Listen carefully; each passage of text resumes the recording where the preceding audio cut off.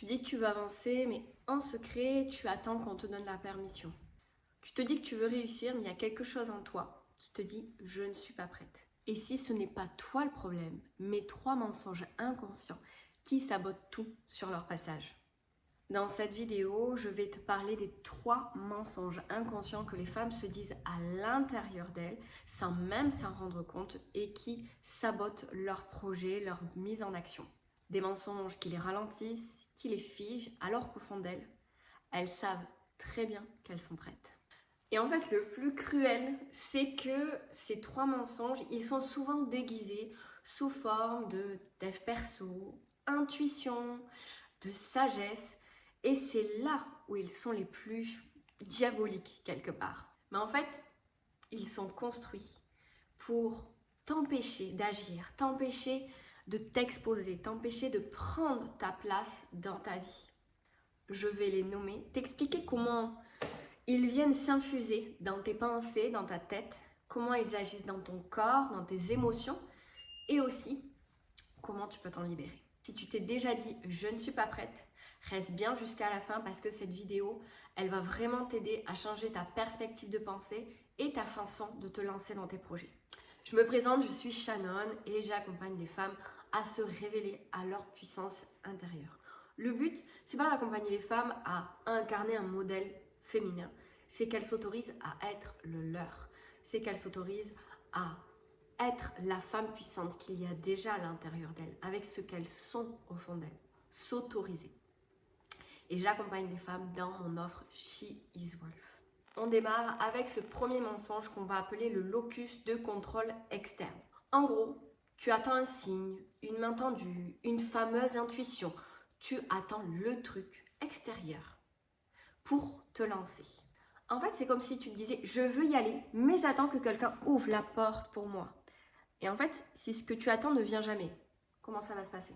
Ce que tu vis là, c'est pas de la patience, c'est une illusion de contrôle. Tu as mis ton pouvoir dans l'extérieur, dans les mains des autres, sans même t'en rendre compte.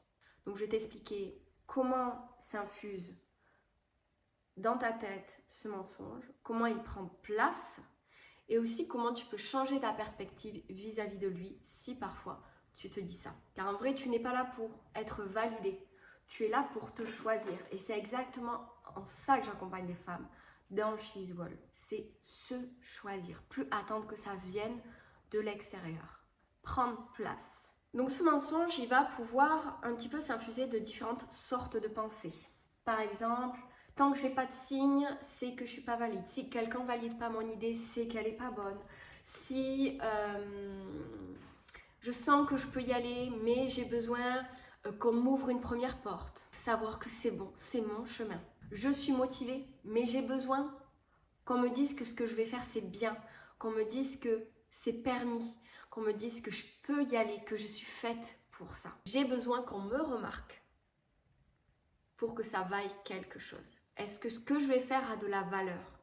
Et si ce que je vais apporter finalement, ça n'a pas tant de valeur parce que plein d'autres femmes peuvent le faire, plein d'autres humains peuvent le faire. On cherche une preuve extérieure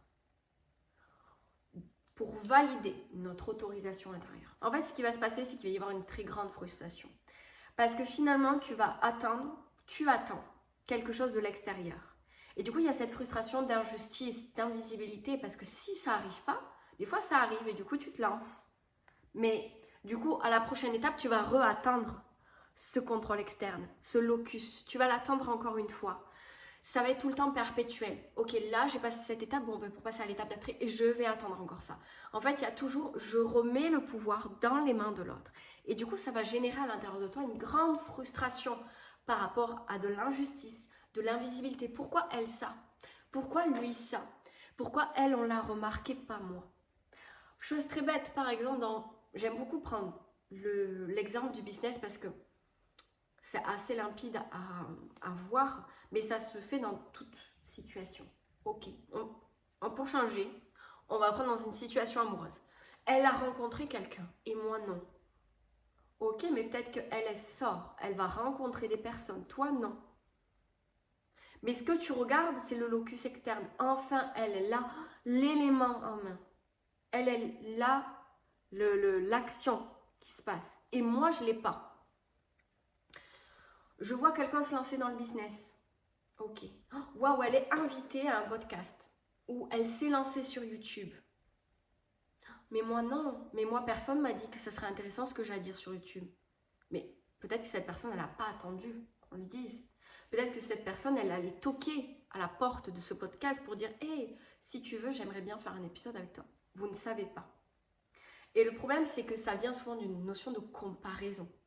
En fait, vous mettez les choses tellement hautes dans ce que vous aimeriez faire ou obtenir comme sentiment, comme chose dans votre vie, que du coup, en fait, c'est comme si vous deviez le mériter. Vous deviez le mériter. C'est comme si, en fait, tout ce que vous aimeriez créer, et même qui part de vous, qui n'est même pas inhérent à l'extérieur, qui part de vous, c'est comme si vous n'aviez pas le droit. Du coup, inconsciemment, et ça se fait de manière très inconsciente, vous attendez vers l'extérieur. Et c'est là où, en fait, tu perds de ta puissance intérieure. Tu perds de ta puissance parce qu'à ce moment-là, tu remets ton pouvoir à l'autre et tu remets ta valeur à l'autre, dans le regard de l'autre. Et moi, j'aime à dire, et je le dis autant à mes clientes que je le dis à mes sœurs, que je le dis à mes copines, c'est ta valeur ne change jamais. Et c'est bête à dire, c'est très simple à dire. J'aime cette image, vous savez, du billet qui peut être écrasé, écrabouillé et sa valeur ne change pas. Tant qu'on n'a pas capté ça à l'intérieur de nous, vraiment, capter cette connaissance-là, pas juste « Ah oui, je sais que ma valeur ne change jamais ». Non. Est-ce que tu as compris, toi là qui me regarde, que ta valeur, elle ne change jamais et que la personne qui te donne ta valeur, ce n'est pas tes parents, ce n'est pas la société, ce n'est pas l'argent que tu as, ce n'est pas le modèle de bagnole que tu as, c'est toi dans ta tête. Parce que tu peux être riche avec une grande maison, the bagnole, des parents super et te sentir comme un caca à l'intérieur de toi. C'est toi qui te donne ta valeur. Et tu peux avoir une vie qui a été plus compliquée et décider de te donner ta valeur. C'est toi. Évidemment, selon avec les bagages qu'on part, il y a plus, entre guillemets, de profondeur à venir se donner. Mais tu as cette capacité-là. Et c'est là où ce mensonge, il vient te toucher. C'est dans ta valeur personnelle. Es-tu prête à te donner de la valeur? Es-tu prête à enfin t'autoriser à recevoir, à mériter, à être importante? À ce que tu as à dire est important. Ça ne va pas être important pour tout le monde, mais ça va être important pour d'autres. Est-ce que tu es prête à le faire pour ça déjà? Dans She's Wolf, justement, c'est ce qu'on vient faire. On vient remettre de la valeur sur soi. On vient d'abord se comprendre nos fonctionnements, comprendre où on en est. Et on vient de comprendre, ok, là, déjà, je vais aimer ce que je suis. Je vais arrêter d'essayer d'être plus. Parce que si je veux être plus, ça veut dire que je ne me considère pas assez. Et non, je vais aimer ce que je suis. Et à partir du moment où je vais m'aimer, je vais pouvoir m'autoriser. Et là, oui, grandir. Et là, du coup, on n'est pas dans un développement personnel qui est toxique. On est dans quelque chose qui nous nourrit profondément. Je t'arrête au milieu de cette vidéo, mais j'ai quelque chose à te dire. C'est que si tu aimes ce genre de contenu où je t'accompagne à venir développer ta puissance, ta vision, qui tu es, alors tu peux tout simplement t'abonner à cette chaîne parce que on va continuer sur cette grande lancée. Et ensuite, je t'invite aussi à faire le test de personnalité. Quelle femme puissante es-tu? Ce test, c'est pas simplement pour venir connecter à un archétype, c'est venir voir quelles sont tes forces, quels sont tes freins, quels sont tes élans. Ça va vraiment te permettre d'avoir une sorte de carte mentale de là où tu dois aller pour aller vers plus de puissance intérieure dans ta vie. On va donc sur ce deuxième mensonge qui est le biais de victimisation inconsciente. Alors, attention, il fait un peu mal celui-ci. C'est « je souffre donc je peux pas ». En fait, tu te dis que tu veux avancer, mais il y a ta douleur qui te dit « pas maintenant ». Tu dis que tu veux créer, que tu veux quelque chose de différent, mais en fait, il y a ton corps qui, lui, veut se protéger. Tu crois que ta souffrance est un frein, mais peut-être qu'en fait, c'est ton alibi préféré. En fait, c'est pas toi qui t'auto-sabote véritablement. C'est une partie de toi qui pense te protéger.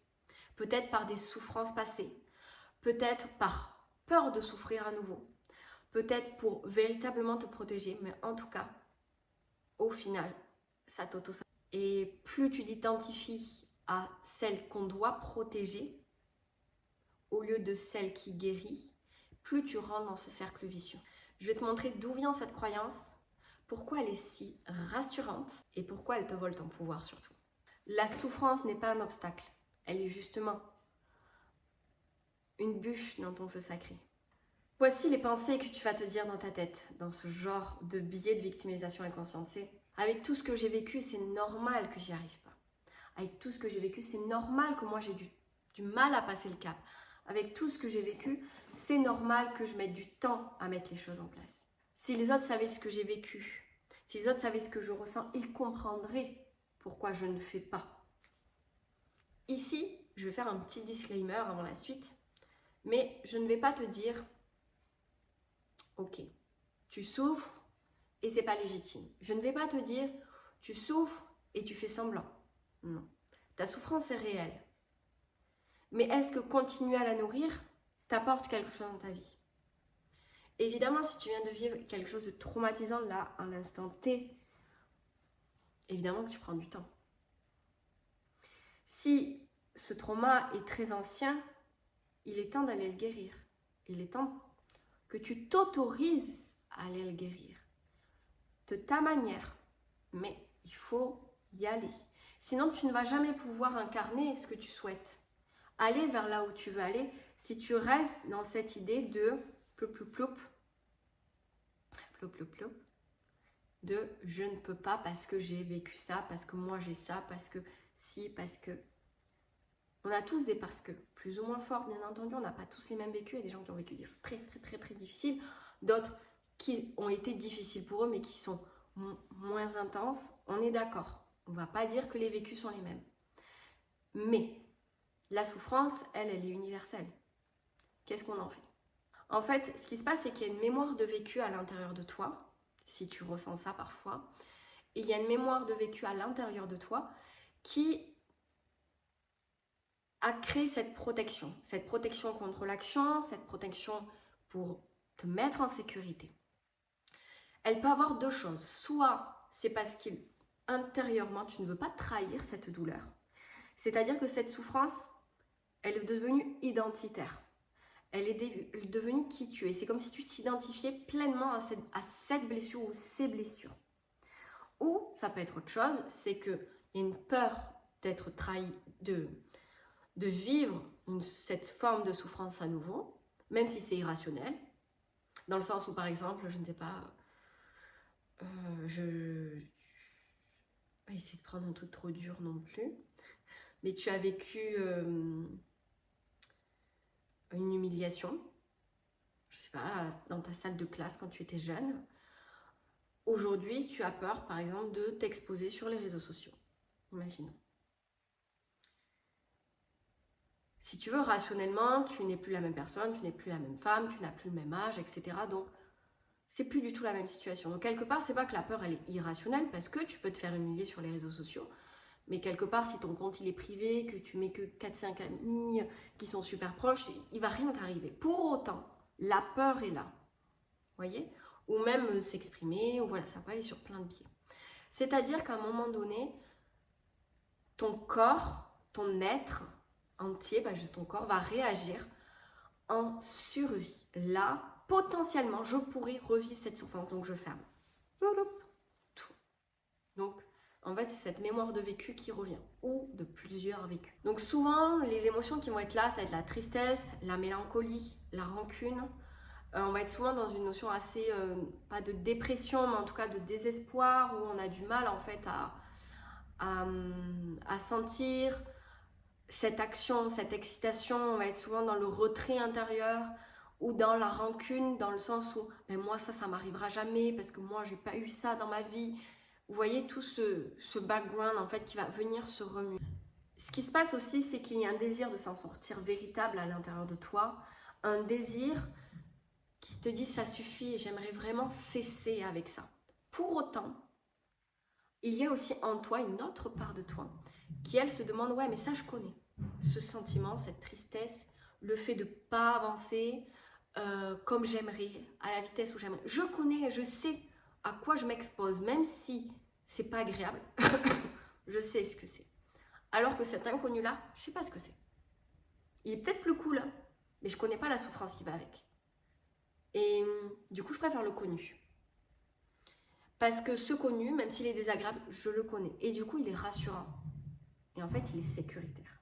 Et c'est là où tu perds ton pouvoir, c'est-à-dire que tu ne fais pas confiance en tes propres ailes, tu fais confiance en l'arbre.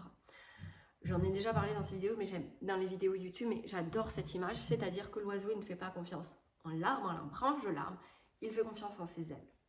Et nous, c'est pareil, c'est-à-dire que, ok, oui, c'est une zone que tu ne connais pas, qui potentiellement peut t'amener à vivre des choses, des souffrances que tu ne connais pas, ou aussi des bonheurs que tu ne connais pas, mais tu ne connais pas. En effet, c'est vrai, tu ne connais pas, tu ne sais pas à quoi tu t'exposes.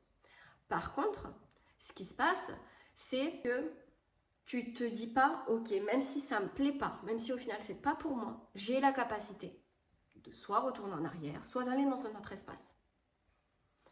C'est ce truc-là de, ok, en fait, est-ce que je vais être pris au piège? Est-ce que je vais pouvoir râler dans un autre espace? Et c'est cet espace-là qu'il faut venir nourrir. J'ai la capacité de bouger, d'aller dans un autre endroit si ça ne me va pas, d'aller ailleurs. Et je vois beaucoup, notamment par exemple dans le MLM dans lequel je suis, pour les gens qui vont passer le cap de s'inscrire au business, alors qu'avant que ça soit légal, il faut s'inscrire dans le BDI en France, il faut avoir ses premières clientes, tu peux ne pas faire de chiffre, tu peux ne pas faire de vente, tu peux... Voilà, c'est juste, tu reçois ton pack. Et en fait, ça bouscule déjà énormément. Parce qu'à un moment donné, juste ce pas-là fait peur. Ok, mais en fait, dans quoi je vais être pris? En fait, si ça te plaît pas, t'as juste des produits. T'as juste des produits de cheveux. Il va rien t'arriver. Il n'y a personne qui va te forcer à quoi que ce soit. On va te laisser tranquille si tu le demandes. Il n'y a rien qui va t'arriver. Il n'y a pas l'État français qui va venir toquer à ta porte et madame, non, parce que tu ne te seras même pas inscrit en VDI. Et ça, on le voit beaucoup. On le voit beaucoup dans le... ok, là, je vais faire un cap que je n'ai jamais fait jusqu'ici. Où ça va amener? Est-ce que j'ai confiance en ma capacité d'y aller, mais aussi en ma capacité de me retirer si ça ne me va plus?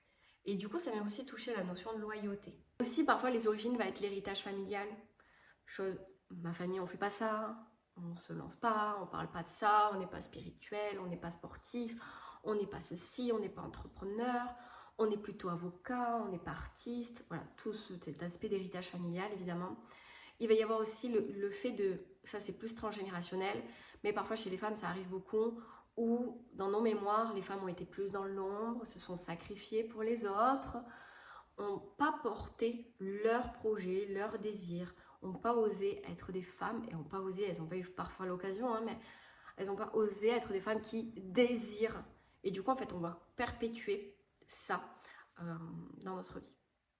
Et du coup, l'impact, ça va être que finalement, tu t'appropries pas ton pouvoir personnel. Ça va évidemment te mettre dans l'inaction, mais tu vas pas t'approprier ton pouvoir personnel là où tu vas pouvoir pleinement t'exprimer dans ta vie. C'est-à-dire que du coup, il va y avoir toute cette notion de tristesse, de douleur, de souffrance, de sacrifice qui va venir et qui va t'empêcher de « Ok, maintenant je sors de ça. Et oui, j'ai vécu des douleurs, oui, j'ai vécu des souffrances, mais je décide de prendre pouvoir dans ma vie. » Ça ne veut pas dire que tout sera parfait, tout sera magnifique, tout sera beau, tout sera arc-en-ciel, mais je prends cet espace. D'ailleurs, c'est vraiment en quoi j'accompagne les femmes dans She's Wolf. On vient lever justement dans le 2e mois de She's Wolf tout ce qui est injonction, blessure. En fait, à quoi je suis loyale à l'intérieur de moi, dans ma famille, dans mon inconscient, dans les héritages familiales, dans les injonctions sociétales, qui en fait m'empêchent de prendre mon pouvoir personnel pleinement dans ma vie.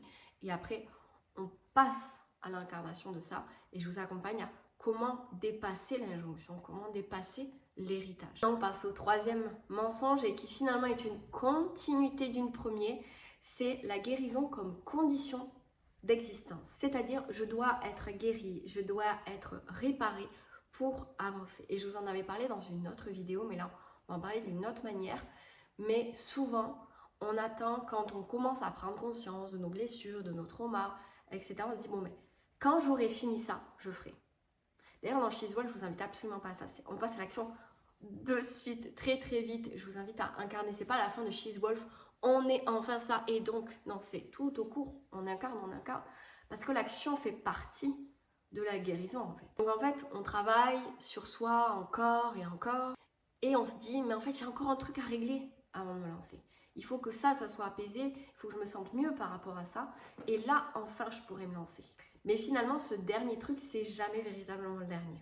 Cette envie d'être parfaite, que tout soit lisse, que tout soit ok, prête. Mais une puissance intérieure, elle n'est pas parfaite parce que l'humain n'est pas parfait. Et encore une fois, c'est une vente de la perfection. Je vais t'expliquer pourquoi ce mensonge de réparation est une impasse. Et comment on t'a appris à croire que tu n'es finalement jamais prête. Spoiler, ce n'est pas de guérison dont tu as besoin, véritablement. C'est de permission. Qu'est-ce qui se passe dans ta tête? Quelles sont les fameuses pensées? Je dois encore travailler sur moi avant de. Je dois être plus alignée avec moi avant de. Je dois sentir que tout est ok à l'intérieur de moi avant de. Je ne suis pas encore assez pour. Je ne suis pas encore assez bien, assez guérie, assez apaisée, assez mince, assez solide pour. Je dois être parfaitement alignée avec moi-même pour mériter l'amour, la réussite, la paix. Je dois encore travailler sur ceci, cela pour avoir ça. Et ce mensonge-là, il est super subtil parce qu'il habille l'auto-sabotage avec des jolis mots de conscience et de sagesse. Et ça, surtout si on aime un peu la spiritualité, le dev perso, on aime bien s'y plonger dedans parce que oui, on va se dire, ok, là, non, c'est parce que je vais bosser sur mon transgénérationnel et ça me permettra de débloquer l'argent. Là, je vais bosser sur mon trauma de ci parce que ça m'aidera dans mes relations, dans mon expression, et au lieu de s'exprimer. Vous voyez cette idée? Finalement, on reste perpétuellement dans cette attente. Et là, elle n'est pas extérieure, cette fois-ci, elle est intérieure. C'est toi qui viens poser une injonction inconsciemment de juge sur toi-même. On reste sur une attente intérieure de perfection. Tu lis, tu te formes, tu vas en thérapie, tu fais plein de choses, tu médites, tu as des journaux d'introspection, tu fais ceci, tu fais cela, etc. Et pour autant, le moment parfait n'arrive jamais. Parce qu'en fait, tu ne te trouves jamais parfaite. Et j'ai envie de dire, il faut essuyer cette idée de la perfection. Tant que tu attendras d'être parfaite.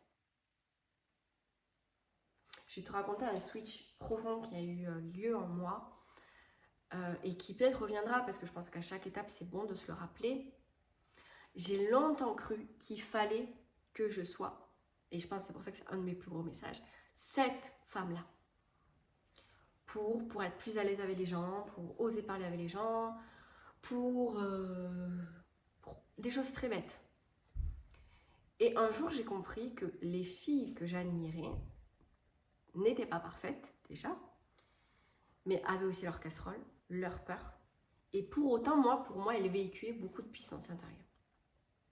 Et là, je me suis dit, mais en fait, t'as juste à t'autoriser à être toi. C'était bête, mais par exemple, en soirée, on va dire soirée, dans un domaine et tout ça, j'étais très mal à l'aise avec les gens que je ne connaissais pas. Je restais vraiment avec mes amis et je les suivais. Et j'étais très mal à l'aise dans les conversations avec des inconnus. C'est quelque chose avec lequel, aujourd'hui, ça ne me dérange plus du tout. Parce qu'en fait, il y a cette notion de perfection. Est-ce que je suis assez? Et en fait, c'était cette pensée-là qui venait à l'intérieur de moi. C'est est-ce que ce que j'ai à dire est assez de valeur? Est-ce que je suis assez ceci pour venir? Est-ce que j'ai été inclus? Et à partir du moment où je dirais pas que c'est du m'en-foutisme, mais je suis comme je suis. Et je m'autorise à être ce que je suis, dans mes forces et dans mes faiblesses. Là, il y a quelque chose qui switch. Et on peut du coup commencer à incarner plus de leadership. Ça ne veut pas dire que tout est parfait, mais on commence à l'incarner. À partir du moment où on lâche cette idée de perfection et qu'on comprend que la puissance, elle va dans l'imperfection, elle va dans la honte, elle va dans la peur. J'aime beaucoup Marie Saint-Filtre, par exemple. Je ne sais pas si vous connaissez, mais c'est quelqu'un qui parle beaucoup de culot, qui a fait un spectacle qui s'appelle Culot d'ailleurs, et elle a fait des vidéos, etc., qui sont très intéressantes. Et justement, en fait, le fait de Elle incarne pour moi beaucoup de puissance intérieure. On n'a pas du tout la même manière de l'aborder, de toute évidence, mais dans le sens où c'est à un moment donné quand on se confronte à l'inconfort, à la honte, au fait de potentiellement déplaire, qu'on incarne cette puissance. L'émotion dominante d'ailleurs va être de la honte vis-à-vis de soi. Ça va être de l'exigence, de la culpabilité. Je ne suis pas assez, c'est la grande blessure humaine, je ne suis pas assez. Et là, on va chercher la fameuse guérison miracle. Mais ce qui se passe, pour un peu plus comprendre ce qui se passe à l'intérieur de toi et pas juste parler de ce n'est pas assez, ce qui se passe aussi, c'est que il y a un tiraillement qui se passe à l'intérieur de toi quand il y a cette idée qui vient. C'est l'idéal. Tu as un idéal. Et en fait, c'est pas que tu veux devenir cet idéal. C'est beaucoup plus subtil que ça. C'est qu'en fait, tu as peur que si tu n'atteins pas cet idéal, tu sois fausse. Tu ne sois pas vrai. Tu ne sois pas authentique. Que tu surjoues quelque chose. Et du coup, tu veux être clean. Tu veux être bien. Tu veux vraiment être honnête. Au final, ça vient de cette subtilité-là. Et c'est là où en fait on vient checker et se dire ok, qu'est-ce que je viens chercher là? En quoi je ne serai pas authentique aujourd'hui? Et donc là évidemment l'origine, j'en ai déjà un peu parlé, c'est donc évidemment du perfectionnisme inconscient, de la culpabilité archaïque et ce sentiment très universel de ne pas se sentir assez. Avant la fin de cette vidéo, n'oublie pas de t'abonner, de faire le test quelle femme puissante es-tu. Et j'ai aussi envie de te dire qu'il va y avoir bientôt un événement gratuit en juin, She is Wolf. Et donc, si tu as envie d'y participer, tu as aussi le lien dans la description. Bon, on est sur une intervention post-montage, mais on est sur un setup qui était horrible, on est d'accord. Les jouets de mon fils, le carton de mon fils, ça va pas du tout. Et alors, cette robe, magnifique, je l'adore cette robe. Mais alors là, coupée jusqu'ici, on aurait dit que j'avais une blouse de scientifique. Je n'avais pas remarqué. Mais on aurait dit une professeure des écoles ou une scientifique, je ne sais pas. Mais bon, c'est comme ça. En tout cas, je vous la laisse quand même si quand je l'ai montée, j'étais là, non, mais t'as pas fait ça. Mais non, tu n'as pas fait ça. Mais non, tu n'as pas fait ça. Parce que la valeur est hyper importante et elle vous donne vraiment des clés. J'espère qu'elle vous a plu. Je vous embrasse et c'est bon, cette vidéo est enfin terminée.